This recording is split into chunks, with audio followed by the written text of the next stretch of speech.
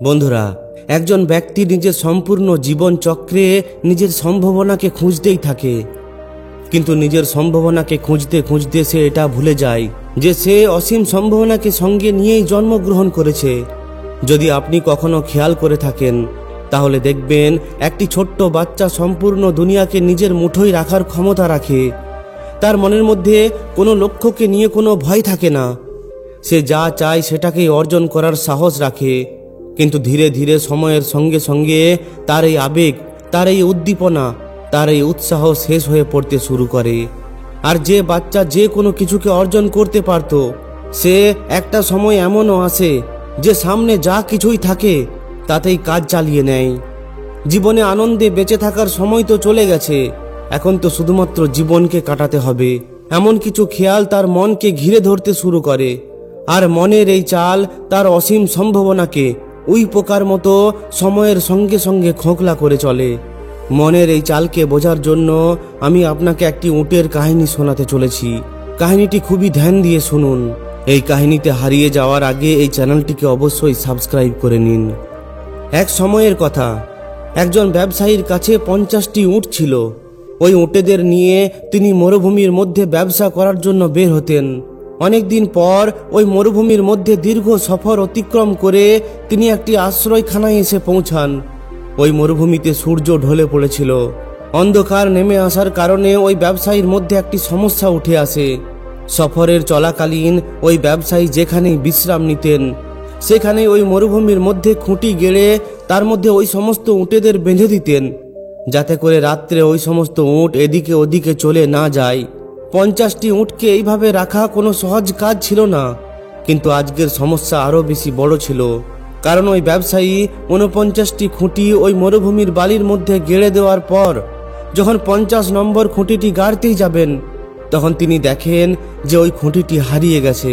এখন বিপদ হলো, যদি রাত্রে এই উট নিজের দল ছেড়ে এই মরুভূমির মধ্যে হারিয়ে যায় তাহলে কি হবে? ওই ব্যবসায়ীর একটা মজবুরি ছিল যে তিনি রাত্রি জেগে থাকতে পারবেন না, কারণ অনেক দীর্ঘ সফর অতিক্রম করার পর তিনি খুবই ক্লান্ত হয়ে পড়েছিলেন। তার আরামের খুবই দরকার ছিল। ওই বিশ্রামগার দেখাশোনা করা একজন বয়স্ক ব্যক্তি এই সমস্ত কিছু দেখে চলেছিলেন। তিনি ওই উটের পিঠে একটু হাত বুলিয়ে বলেন, হে মুসাফির, যদি তুমি নিজের এই উটকে রাত্রে বাকি সমস্ত উটেদের সঙ্গে রাখতে চাও তাহলে তুমি একটি কাল্পনিক খুঁটি এই উটের সামনে বালির মধ্যে গেড়ে দাও, যাতে করে এই উট অন্ধকারে কোনো কিছু দেখতে না পায়। আর সে এটা মেনে নেয় যে সত্যি সত্যি খুঁটি গাড়া আছে। তাহলে ওই উট সারা রাত্রি ওই কাল্পনিক খুঁটির মধ্যেই বাঁধা থাকবে। আর ওই উট নিজের সমস্ত সঙ্গীদের ছেড়ে কখনোই মরুভূমিতে হারিয়ে যাবে না। ওই ব্যবসায়ী খুবই অবাক হয়ে বলেন যে এটা কি সত্যি সম্ভব? সত্যি কি এই কাল্পনিক খুঁটির মধ্যে ওই উট সারা রাত্রি বাঁধা থাকবে? তখন ওই বৃদ্ধ ব্যক্তি একটু হেসে বলেন যে আমি তো মানুষকে খুঁটির মধ্যে বাঁধতে দেখেছি, এটা তো তবুও একটা উট। ব্যবসায়ী ওই বৃদ্ধ ব্যক্তির কথা মেনে নিজের হাতুড়ি বের করেন এবং মিথ্যা মিথ্যা হাতুড়ির আওয়াজ এমনভাবে করতে থাকেন যেন তিনি সত্যি সত্যি খুঁটি গাড়ছেন। ওই ব্যবসায়ী এমনভাবে ভ্রম জাল তৈরি করেন, ওই উট ভাবে যে আমি সত্যি সত্যি খুঁটির মধ্যে বাঁধা আছি। আর সবথেকে অবাক ব্যাপার হলো, সম্পূর্ণ রাত্রি ওই উট ওই কাল্পনিক খুঁটির মধ্যেই বাঁধা থাকে। সকাল হওয়ার পর ওই ব্যবসায়ী দেখেন যে আমার 50টি উটই সেখানেই যেমন ছিল ঠিক তেমন ভাবেই বসে আছে। এটা দেখে ওই ব্যবসায়ী খুবই খুশি হয়ে ওঠেন। এরপর সকাল সকাল সেখান থেকে বেরিয়ে পড়ার জন্য ওই ব্যবসায়ী 49টি উটকে তো ওই খুঁটি থেকে খুলে দেন, কিন্তু 50 নম্বর উটটিকে ওই খুঁটি থেকে কিভাবে খুলবে? কারণ তার মধ্যে তো কোনো খুঁটিই ছিল না।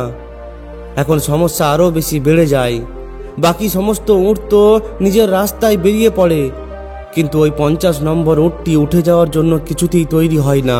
কারণ ওই ব্যবসায়ী তার ওই রশ্মিটি যে খুলবে সেটা কোথা থেকে খুলবে? যতক্ষণ না তার রশ্মিটি খোলা হবে ততক্ষণ ওই উট বুঝতেই পারবে না যে এগিয়ে যাওয়ার জন্য ইশারা পেয়ে গেছি। হাজার হাজার বার চেষ্টা করা হয়। ওই ব্যবসায়ী ওই উটকে অনেক তাড়া দেয়, তাকে লাথি দিয়ে আঘাত করেও চেষ্টা করা হয়, কিন্তু তার সত্ত্বেও ওই উট উঠে দাঁড়ায় না। তখন ওই বৃদ্ধ ব্যক্তির থেকে যখন ব্যবসায়ী কিছু বুদ্ধি চান, তখন ওই বৃদ্ধ ব্যক্তি বলেন, যেভাবে তুমি খুঁটি গেড়েছিলে ঠিক ওইভাবেই কাল্পনিকভাবেই ওই খুঁটিকে তুলে ফেলো। এরপর যখন ওই ব্যবসায়ী ওই পদ্ধতি অবলম্বন করে তখন ওই উট উঠে দাঁড়িয়ে চলতে শুরু করে। এরপর তিনি বাকি সমস্ত উটেদের সঙ্গে নিজের ব্যবসায় বেরিয়ে পড়েন। বন্ধুরা, এটা শুধুমাত্র একটি কাহিনী নয়, এটা হলো আমাদের সবার মনের অবস্থা। অনেক ধরনের কাল্পনিক খুঁটির মধ্যে আমাদের মন বেঁধে আছে। যতক্ষণ না আমাদের মন ওই খুঁটিকে তুলে ফেলছে ততক্ষণ পর্যন্ত আমরা নিজেদের অসীম সম্ভাবনাকে কখনোই জানতেই পারবো না।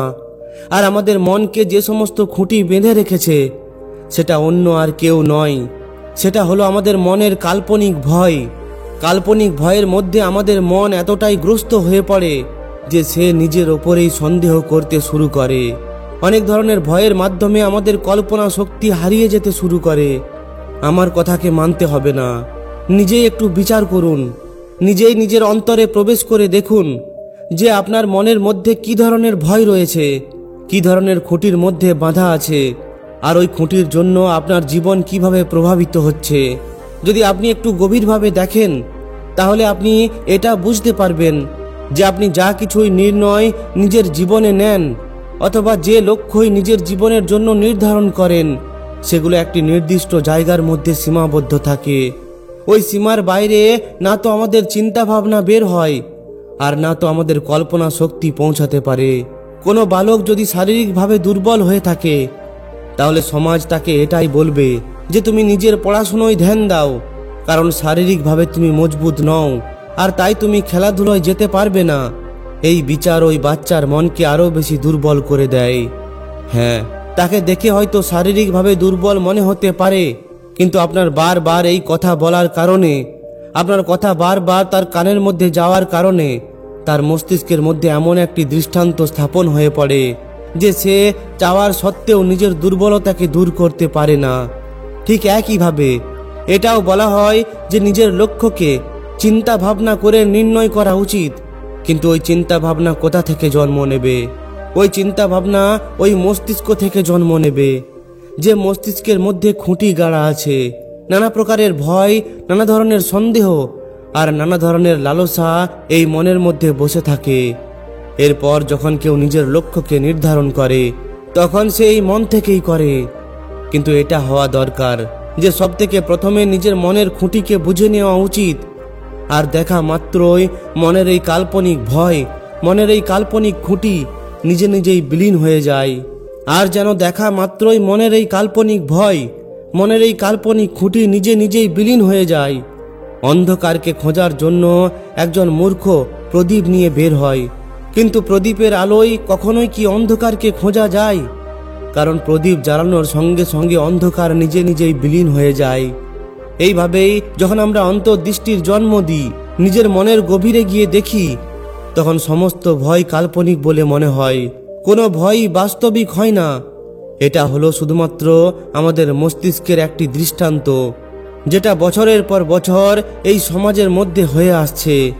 যদি কেউ বলে যে তুমি সুন্দর, তখন তুমি নিজের মধ্যে অহংকারের জন্ম দিয়ে ফেলো।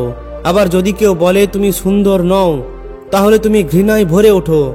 যদি কাউকে তুমি ভালোবাসতে আর তুমি তাকে যদি না পাও, তাহলে তোমার মনের মধ্যে একটি রাগের জন্ম হয়, একটি দুঃখের জন্ম হয়, একটি বদলা নেওয়ার ভাবনা জেগে ওঠে। আর এইভাবেই মন নিজেরই বোনা জালের মধ্যে ফেঁসে চলে। এখন সবথেকে বড় প্রশ্ন হলো যে এই মনের জালকে কি কোনোভাবে কাটা যায়? এর উত্তর যতটা সহজ, এটা করা ঠিক ততটাই কঠিন। হ্যাঁ, সেটা হলো অন্তর্দৃষ্টি। ছোটবেলা থেকে আজ পর্যন্ত তোমার জীবনে যা কিছুই ছোট বড় ঘটনা ঘটেছে, যেগুলোই তোমার মনে আছে, সেগুলো থেকে শুরু করো। একটু নিজের অন্তরে প্রবেশ করে দেখো যে ওই সমস্ত ঘটনা তোমার জীবনে কি ধরনের প্রভাব ফেলেছে। এরপর ধীরে ধীরে যখনই তুমি এই প্রশ্নের গভীর বিশ্লেষণ করতে যাবে, তখন তুমি বুঝতে পারবে যে তোমার মন অতীতের ঘটনা থেকে নির্মিত হয়েই তৈরি হয়েছে। না হলে মনের নিজের কোনো স্বাধীন শক্তি থাকে না। আর যখন মনের এই নানা ধরনের খুঁটিকে বুঝে নেওয়া যায়, তখন মনকে বোঝা খুবই সহজ হয়ে যায়। আর এরপর মন সব সময়ের জন্য বিলীন হয়ে যায়, আর ভেতরে রয়ে যায় একটি অনন্ত শূন্য। এটা বোঝো যে মনের বিলীন হওয়ার ফলে আমাদের ইচ্ছা তিরোহিত হয়ে পড়ে। আর যখন মন কিংবা মনের দ্বারা তৈরি করা ইচ্ছা তিরোহিত হয়ে পড়ে, তখন তোমার জীবন থেকে এই বাক্য সারা জীবনের জন্য শেষ হয়ে যায় যে আমার মন করছে না, এই কাজটি করতে ভালো লাগছে না, এই সমস্ত কথায় আমার মন লাগে না। আর এই ভাবনার মাধ্যমেই তুমি অদ্বৈত দর্শনকে বুঝতে পারবে। অদ্বৈত অর্থাৎ কোনো দ্বিতীয় নেই, সমস্ত কিছুই এক, সমস্ত কিছু একটারই অংশ, সমস্ত কিছুই একটাই ব্রহ্মাণ্ডে সংযুক্ত, সমস্ত কিছুই একটাই ব্রহ্মাণ্ডে সংযুক্ত। এরপর প্রত্যেকটি নিঃশ্বাস প্রশ্বাস তোমাকে তার উপস্থিতি অনুভব করাবে। তো বন্ধুরা, আশা করি আপনি এই ভিডিওটি থেকে অনেক কিছু বুঝতে পেরেছেন। যদি ভিডিওটি ভালো লাগে তাহলে অবশ্যই একটি লাইক ও শেয়ার করে দিন। আর যদি এই ধরনেরই আরও শিক্ষামূলক ভিডিও পেতে চান তাহলে আমাদের এই চ্যানেলটিকে অবশ্যই সাবস্ক্রাইব করে নিন। ধন্যবাদ।